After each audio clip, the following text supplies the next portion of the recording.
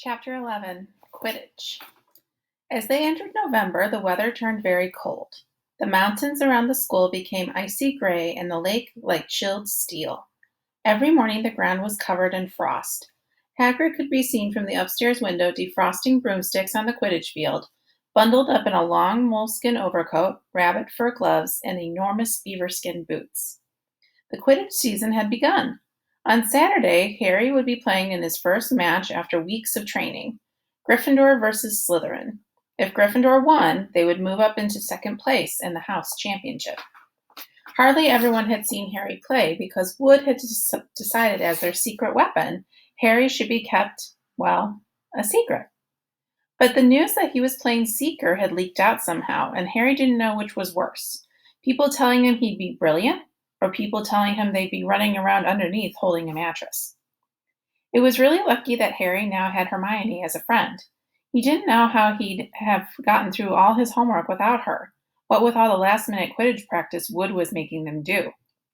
She had also lent him Quidditch Through the Ages, which turned out to be a very interesting read. Harry learned that there were 700 ways of committing a Quidditch foul, and that all of them had happened during a World Cup match in 1473. That Seekers were usually the smallest and fastest players, and that the most serious Quidditch accidents seemed to happen to them. That although people rarely died playing Quidditch, referees had been known to vanish and turn up months later in the Sahara Desert. Hermione had become a bit more relaxed about breaking the rules since Harry and Ron had saved her from the mountain troll, and she was much nicer for it. The day before Harry's first Quidditch match, the three of them were out in the freezing courtyard during break, and she had conjured them up a bright blue fire that could be carried around in a jam jar. They were standing with their backs to it, getting warm, when Snape crossed the yard. Harry noticed at once that Snape was limping. Harry, Ron, and Hermione moved closer together to block the fire from view. They were sure it wouldn't be allowed. Unfortunately, something about their guilty faces caught Snape's eye. He limped over. He hadn't seen the fire, but he seemed to be looking for a reason to tell them off anyway. "What you got there, Potter?" It was Quidditch Through the Ages. Harry showed him. "Library books are not to be taken outside of school," said Snape. "Give it to me. 5 points from Gryffindor." "He just made that rule up," Harry muttered angrily as Snape limped away. "Wonder what's wrong with his leg." "Dunno, but I hope it's really hurting him," said Ron bitterly. The Gryffindor common room was very noisy that evening. Harry, Ron, and Hermione sat together next to a window. Hermione was checking Harry and Ron's charms homework for them. She would never let them copy. How will you learn? But by asking her to read it through, they got the right answers anyway. Harry felt restless. He wanted Quidditch Through the Ages back, to take his mind off his nerves about tomorrow. Why should he be afraid of Snape? Getting up, he told Ron and Hermione he was going to ask Snape if he could have it. "Better you than me," they said together, but Harry had an idea that Snape wouldn't refuse if there were other teachers listening. He made his way down to the staff room and knocked. There was no answer. He knocked again. Nothing. Perhaps Snape had left the book in there? It was worth a try. He pushed the door ajar and peered inside, and a horrible scene met his eyes. Snape and Filch were inside, alone. Snape was holding his robes above his knees. One of his legs was bloody and mangled. Filch was handing Snape bandages. "Blasted thing," Snape was saying. "How are you supposed to keep your eyes on all 3 heads at once?" Harry tried to shut the door quietly, but... "Potter?" Snape's face twisted in fury as he dropped his robes quickly to hide his leg. Harry gulped. "I just wondered if I could have my book back." "Get out! Out!" Harry left, but before Snape could take any more points from Gryffindor, he sprinted back upstairs. "Did you get it?" Ron asked Harry as Harry joined them. "What's the matter?" In a low whisper, Harry told him what he had just seen. "You know what this means?" he finished breathlessly. "He tried to get past the 3-headed dog on Halloween. That's where he was going when we saw him. He's after whatever it's guarding. And I'd bet my broomstick he let that troll in to make a diversion." Hermione's eyes were wide.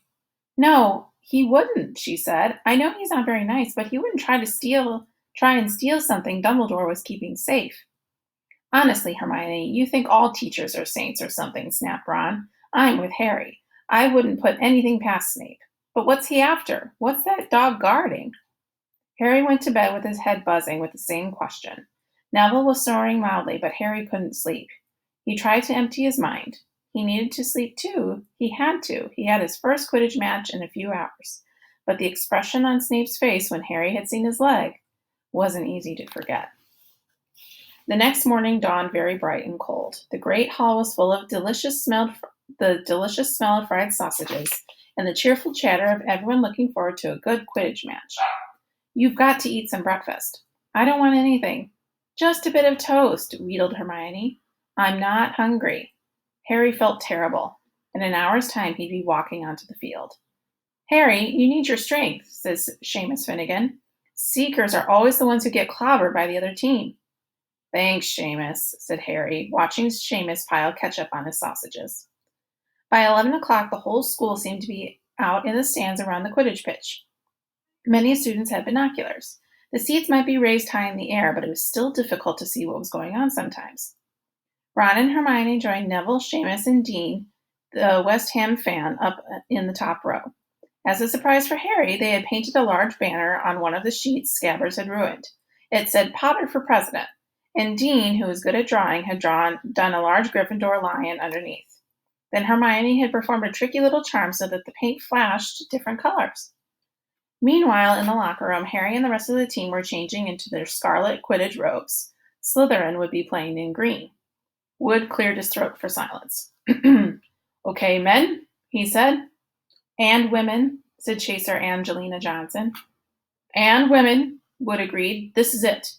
"The big one," said Fred Weasley. "The one we've been waiting for," said George. "We know Oliver's speech by heart," Fred told Harry. "We were on the team last year." "Shut up, you two," said Wood. "This is the best team Gryffindor's had in years. We're going to win. I know it." He glared at them as if all to say, or else. "Right. It's time. Good luck, all of you." Harry followed Fred and George out of the locker room and, hoping his knees weren't going to give way, walked onto the field to loud cheers. Madame Hooch was refereeing. She stood in the middle of the field waiting for the two teams, her broom in her hand. "Now, I want a nice fair game, all of you," she said, once they were all gathered around her. Harry noticed that she seemed to be speaking particularly to the Slytherin captain, Marcus Flint, a sixth year. Harry thought Flint looked as if he had some troll blood in him. Out of the corner of his eye, he saw the fluttering banner high above, flashing Potter for President over the crowd. His heart skipped. He felt braver. "Mount your brooms, please." Harry clambered onto his Nimbus 2000. Madame Hooch gave a loud blast on her silver whistle. 15 brooms rose up high into the air. They were off. "And the quaffle is taken immediately by Angelina Johnson of the Gryffindor. What an excellent chaser that girl is. Rather attractive, too." "Jordan?" "Sorry, Professor." The Weasley twins' friend Lee Jordan was doing the commentary for the match, closely watched by Professor McGonagall. "And she's really belting along up there. A neat pass to Alicia Spinnet, a good friend of Oliver Wood's. Last year only a reserve. Back to Johnson, and no, the Slytherins have taken the quaffle. Slytherin Captain Marcus Flint gains the quaffle, and off he goes. Flint flying like an eagle up there. He's going to no, stopped by an excellent move by Gryffindor keeper Wood, and the Gryffindors take the quaffle. That's Chaser Katie Bell of Gryffindor there. Nice dive around Flint up the field, and ouch! That must have hurt. Hit on the back of the head by a bludger. Quaffle taken by the Slytherins. That's Adrian Pusey speeding off towards the goalposts, but he's blocked by a second bludger. Sent his way by Fred or George Weasley. Can't tell which. Nice play by the Gryffindor beater. Anyway, and Johnson back in possession of the quaffle. A clear field ahead, and off she goes. She's really flying. Dodges a speeding bulger. The goalposts are ahead. Come on now, Angelina. Keeper Bletchley dives, misses. Gryffindors score! Gryffindor cheers filled the cold air, with howls and moans from the Slytherins. "Budge up there, move along." "Hagrid!" Ron and Hermione squeezed together to give Hagrid enough space to join them. "Been watching from me hut," said Hagrid, patting a large pair of binoculars around his neck. "But it isn't the same as being in the crowd. No sign of the Snitch yet, hey?" "Nope," said Ron. "Harry hasn't had much to do yet." "Keep out of trouble, though. That's something," said Hagrid, raising his binoculars and peering skyward at the speck that was Harry. Way up above them, Harry was gliding over the game, squinting about for some sign of the Snitch. This was part of his and Wood's game plan. Keep out of the way until you catch sight of the snitch, Wood had said. We don't want you attacked before you have to be. When Angelina had scored, Harry had done a couple of loop-de-loops to let off his feelings. Now he was back to staring around for the snitch. Once he caught sight of a flash of gold, but it was just a reflection from one of the Weasleys' wristwatches. And once a bludgeon decided to come pelting his way, more like a cannonball than anything. But Harry dodged it, and Fred Weasley came chasing after it. All right there, Harry, he had time to yell as he beat the bludger furiously toward Marcus Flint. Slytherin in possession, Lee Jordan was saying. Chaser Pusey ducks 2 bludgers, 2 Weasleys, and Chaser Bell, and speeds toward the... Wait a moment, was that the snitch? A murmur ran through the crowd as Adrian Pusey dropped the quaffle, too busy looking over his shoulder at the flash of gold that had passed his left ear. Harry saw it. In a great rush of excitement, he dived downward after the streak of gold. Slytherin seeker Terence Higgins had seen it, too. Neck and neck, they hurtled toward the snitch. All the chasers seemed to have forgotten what they were supposed to be doing as they hung in midair to watch. Harry was faster than Higgins. He could see the little round ball, wings fluttering, darting up ahead. He put on an extra spurt of speed. Wham! A roar of rage echoed from the Gryffindors below. Marcus Flint had blocked Harry on purpose, and Harry's broom spun off course. Harry was holding on for dear life. Foul! Screamed the Gryffindors. Madam Hooch spoke angrily to Flint and then ordered a free shot at the goalposts for Gryffindor. But in all the confusion, of course, the golden snitch had disappeared from sight again. Down in the stands, Dean Thomas was yelling, Send him off, ref! Red card! What are you talking about, Dean? Said Ron. Red card, said Dean furiously. In soccer, you get shown the red card if you're out of the game. But this isn't soccer, Dean, Ron reminded him. Hagrid, however, was on Dean's side. They ought to change the rules. Flint could have knocked Harry out of the air. Lee Jordan was finding it difficult not to take sides. So, after that obvious and disgusting bit of cheating, Jordan, growled Professor McGonagall. I mean, after that open and revolting foul. Jordan, I'm warning you. All right. Flint nearly kills the Gryffindor seeker, which could happen to anyone, I'm sure. So a penalty to Gryffindor taken by Spinnet, who puts it away, no trouble, and we can continue to play. Gryffindor still in possession. It was as Harry dodged another bludger, which went spinning dangerously past his head, that it happened. His broom gave a sudden frightening lurch. For a split second, he thought he was going to fall. He gripped the broom tightly with both his hands and knees. He had never felt anything like it. It happened again. It was as though the broom was trying to buck him off. But Nimbus 2000s did not suddenly decide to buck their riders off. Harry tried to turn back toward the Gryffindor goalposts. He had half a mind to ask Wood to call a timeout, and then he realized that his broom was completely out of his control. He couldn't turn it. He couldn't direct it at all. It went zigzagging through the air and every now and then making violent swishing movements that almost unseated him. His broom gave a sudden frightening lurch. For a split second, he thought he was going to fall. He gripped the broom tightly with both of his hands and knees. He had never felt anything like it. Then it happened again. It was as though the broom was trying to buck him off. But Nimbus 2000s didn't suddenly decide to buck their riders off. Harry tried to turn back toward the Gryffindor goalposts. He had half a mind to ask Wood to call a timeout, and then he realized that his broom was completely out of his control. He couldn't turn it. He couldn't direct it at all. It was zigzagging through the air and every now and then making violent swishing movements that almost unseated him. And I apologize if I reread that whole thing. I had to answer a phone call. Let's keep going. Lee was still commentating. Slytherin in possession. Flint with the quaffle. Passes Spinnet. Passes Bell. Hit hard in the face by a bludger. Hope it broke his nose. Only joking, Professor. Slytherin score. Oh no! The Slytherins were cheering. No one seemed to have noticed that Harry's broom was behaving strangely. It was carrying him slowly higher, away from the game, jerking and twitching as it went. Don't know what Harry thinks he's doing, Hagrid mumbled. He stared through his binoculars.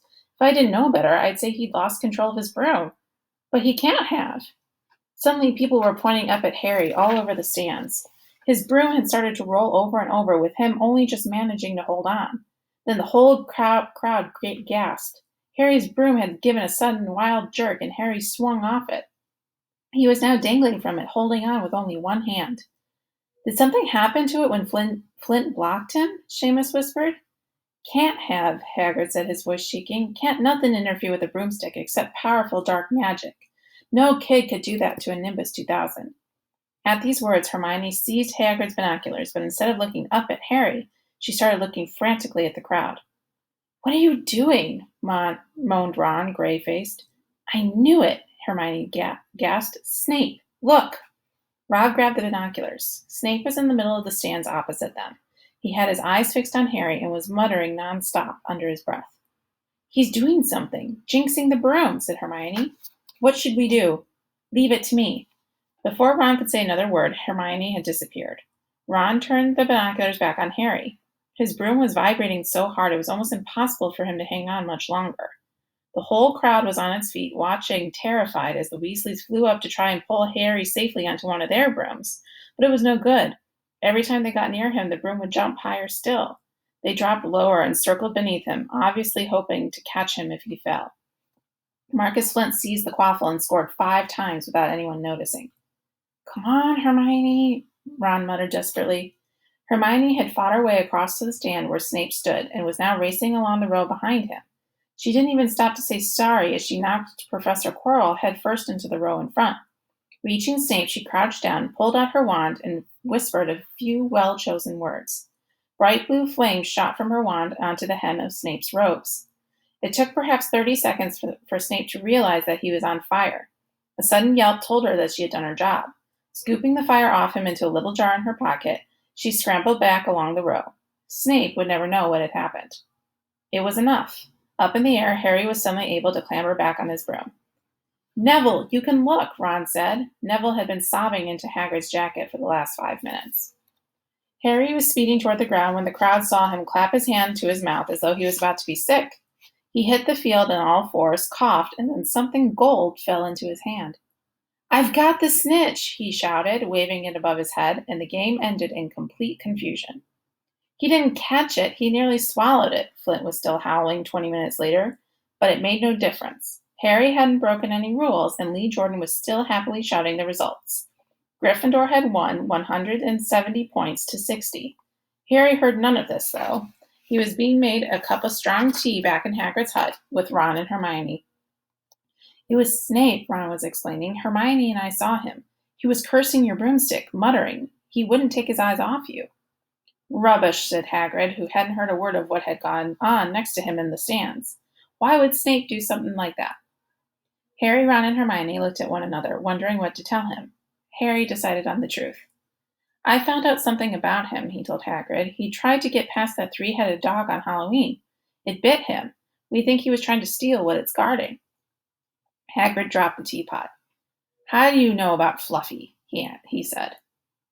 "Fluffy?" "Yeah, he's mine. Bought him off a Greek chappie I met in the pub last year. I lent him to Dumbledore to guard the—" "Yes?" Harry said eagerly. "Now, don't ask me any more," said Hagrid gruffly. "That's top secret, that is." "But Snape's trying to steal it." "Rubbish," said Hagrid again. "Snape's a Hogwarts teacher. He'd do nothing of the sort." "So why did he just try and kill Harry?" cried Hermione. The afternoon's events certainly seemed to have changed their mind about Snape.